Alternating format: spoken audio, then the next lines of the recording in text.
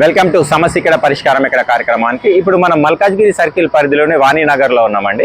వాణినగర్లో CC road వేశారు engineering అధికారులు contractor కలిపి. వాళ్ళ నాణ్యత ఎట్లుందంటే ఒక్కసారి చూడండి. ఇక్కడ సీసీ రోడ్ ఏసీ కూడా నీళ్ళు లేవు, క్యూరింగ్ లేదు, అసలు క్యూరింగ్ అనేది మర్చిపోయాడు. ఈ కాంట్రాక్టర్ క్యూరింగ్ చెయ్యారండి. నాసిరకం రోడ్లు ఒక్కొక్క సీసీ రోడ్ వచ్చి 20 నుంచి 30 ఏళ్ళ వరకు దాని జీతకాలము.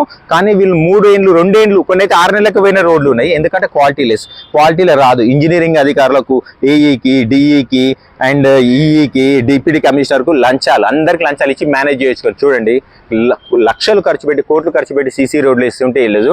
ఈ విషయం ఏంటంటే కట్టలు కట్టే విధానం ఇది కాదండి. యాక్చువల్లీ మొరం తెప్పించి ఎస్టిమేషన్లో ఉంటుంది. మొరం తెప్పించి కట్టలు కట్టాలి, కట్టలు పెద్దగా కట్టాలి, వాటర్ 24 hours ఇంట్లో ఉండేటట్టు కట్టలు కట్టాలి. దాంతోపాటు ఇది బర్మ్ పాయింట్స్ అనమాట. ఇగో పక్కకి ఇట్లా మట్టిని తవ్వుతారు చూసారా, ఇవి మొత్తం ఫిల్ చేయాలి, మొరంతో ఫిల్ చేయాలి. ఆల్రెడీ ఎస్టిమేషన్లు ఉంటుంది ఇదంతా, మొరంతో ఫిల్ చేయాలి. కానీ ఇదే తవ్వింది, ఈ రోడ్డు తవ్వింది పక్కకు పోస్తారు, వదిలేస్తారు.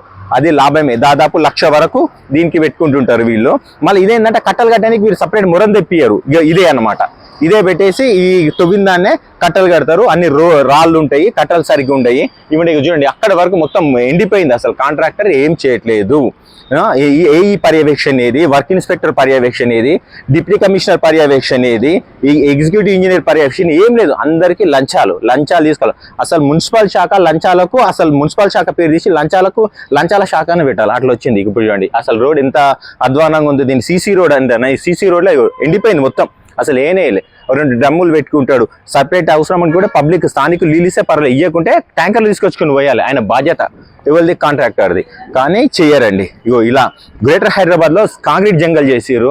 ఇక్కడ ఇట్లా తూబి పెట్టేస్తారు. ఏళ్ళ కొద్దీ ఒక అసలు సీసీ రోడ్ అవసరం లేదు, బీటీ రోడ్ వేస్తే సరిపోతుంది. కానీ బీటీ రోడ్ కూడా బీటీ రోడ్, సీసీ రోడ్ ఇవన్నీ టైంపాస్ ఇదనమాట. ఇగో అధికారులు చూడండి, మల్కాజ్గిరి సర్కిల్ అంటేనే ప్రతి విభాగంలో అవినీతి అండి.